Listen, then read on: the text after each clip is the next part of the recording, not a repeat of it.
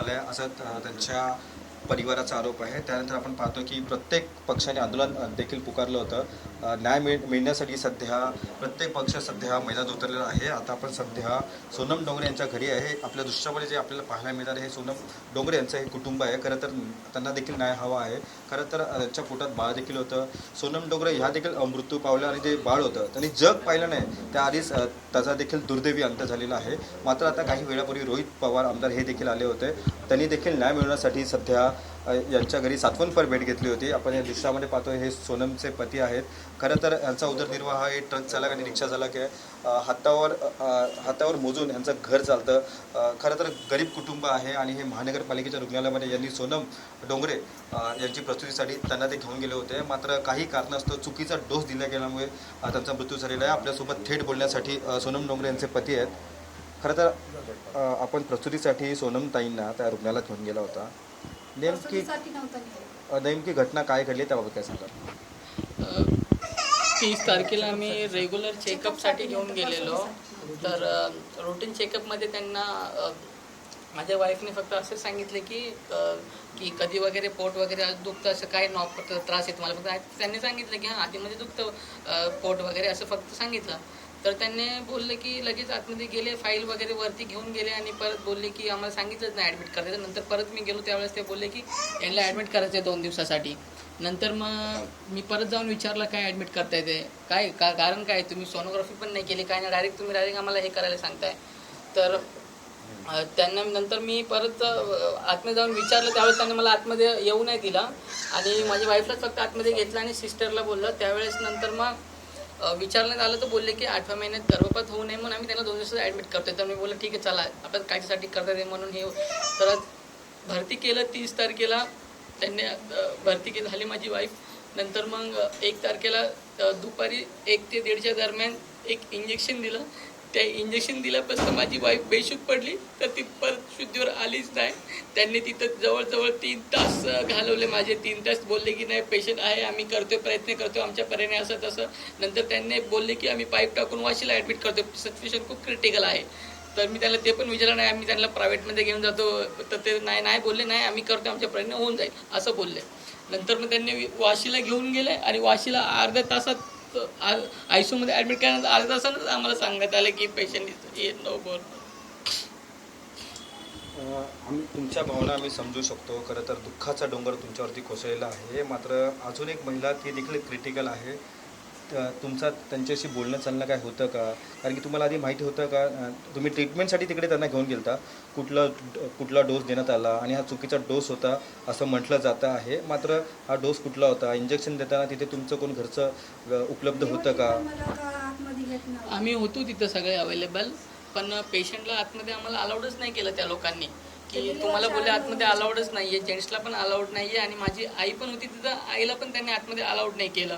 आम्ही खूप प्रयत्न केला आतमध्ये जाण्याचे पण ते बोलले की नाही तुम्हाला आतमध्ये अलाउडच नाही आहे. सगळे त्यांचे तिथं सिस्टर वगैरे आम्ही सगळ्यांना बाहेर काढत होते.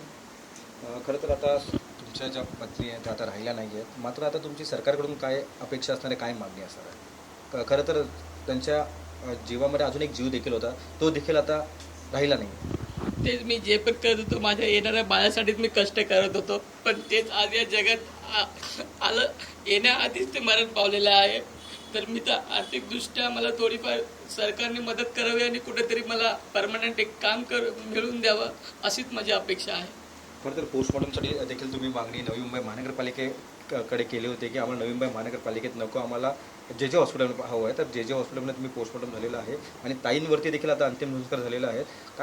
काय मग तिकडून काय डॉक्टरांकडून काही बोलणं झालं आहे का, पोस्टमॉर्टम रिपोर्ट कधी मिळणार म्हणून. हां पोस्टमॉर्टम रिपोर्ट तर आम्हाला बोलले होते 3 महिन्यानंतर भेटतील म्हणून, पण रोहित दादा आले होते. आता त्यांनी सांगितलं की आम्ही प्रयत्न करतो 10 दिवसाच्या आतमध्ये पोस्टमॉर्टमचे सगळे रिपोर्ट भेटतील म्हणून.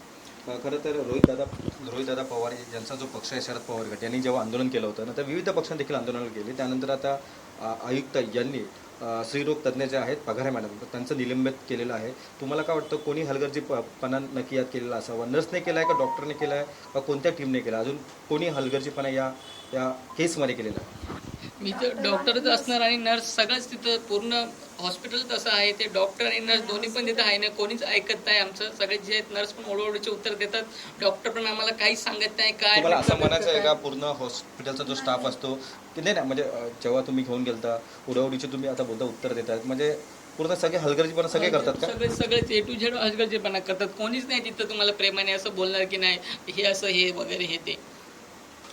आपल्यासोबत त्यांच्या सासू देखील आहेत. त्या देखील जेव्हा ट्रीटमेंटसाठी सोनमताई गेल्या होत्या, तुम्ही देखील त्यांच्यासोबत होतात बरोबर आहे?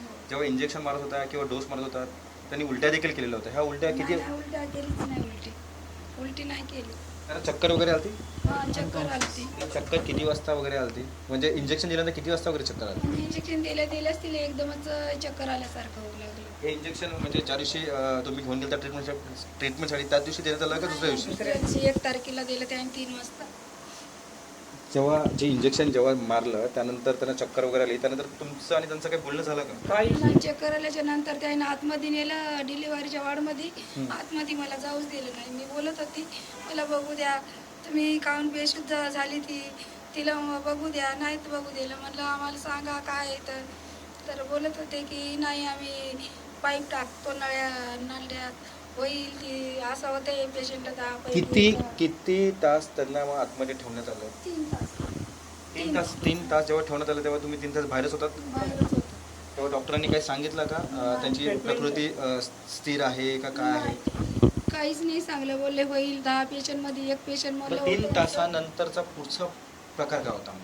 पुढचा प्रकार मग त्याने काय कागद लिहिले, यांची सही घेतली आणि वाशीला त्याने त्यांच्याच गाडीमध्ये आम्हाला चौघायला बसवलं. म्हणजे ते ॲम्ब्युलन्सला जेव्हा तुम्हाला बसवलं तेव्हा देखील त्या बेशुद्ध होत्या? बेशुद्धच होत्या. तुमच्याशी तेव्हा पण काहीच बोलणं नाही? काहीच नाही, बेशुद्धच होत्या. तुम्ही तेव्हा डॉक्टरांना विचारलं नाही का 3 तास तुम्ही बेशुद्ध होत्या आणि आता आपण चाललो आता देखील बेशुद्ध? तुम्ही काय जाब विचारण्याचा प्रयत्न केला का तेव्हा? हो केलता. तर बोलले इथं आयशू नाही आहे आमच्या इथं, वाशीला आयशू आहे, आयशू मध्ये न्यायचं आहे तिला. मग वाशीला आयसीयू मध्ये नेल्यानंतर मग डॉक्टरांनी तुम्हाला काही सांगितलं? डॉक्टरनं म्हणले 48 तास लागतील तर चांगले व्हायला तुम्ही धीर घ्या आणि नंतर अर्ध्या घंट्याचं चांगलं की गेला तुमचं पेशंट. खरं तर हे राजमाता जे रुग्णालय आहे हे सरकारी रुग्णालय आहे. या अगोदर देखील आपण त्या ठिकाणी आपलं कुठला परिवार आपलं डोंगरे कुटुंब कधी ट्रीटमेंटसाठी त्या ठिकाणी गेलं का? हो झाले तिथं. एका मोठ्या सुनाला 2 लेकरं झाले तर मुलीला पण झाले. असं नाही घडलं याच्या पहिले. पण तेव्हा असा काही प्रकार घडला का? नाही तेव्हा नव्हता काही असं प्रकार घडला. पण आता ते नर्सा गिरसा वयस्कर बाहेर जरा पद्धतशीर बोलत नाही तर म्हणजे असं तुम्हाला थेट म्हणायचं आहे की हलगर्जीपणा करतात, लक्ष देत नाही? हलगर्जीपणा करतात. बघा. हलगर्जीपणामुळेच झालंय. नाही तर जीव तुम्ही गेला. आज मीडियासमोर बोलत आहात, हा तुमचा जो आवाज आहे तो सगळीकडे जाणार आहे.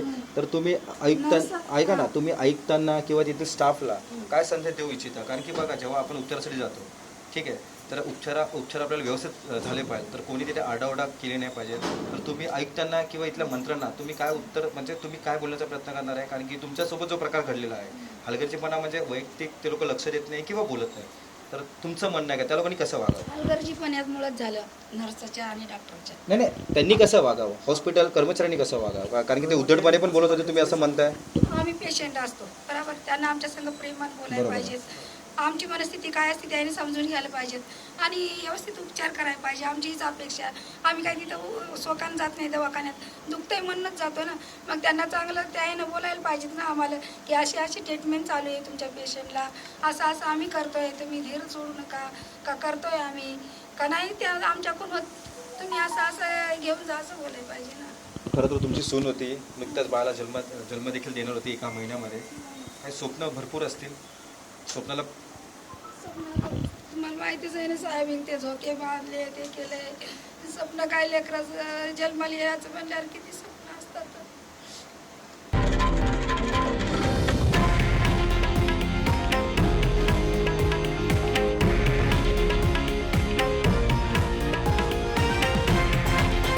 हे आहे देशातील नंबर 1 न्यूज नेटवर्क आणि आपण पाहत आहात TV9 मराठी, एकमेव.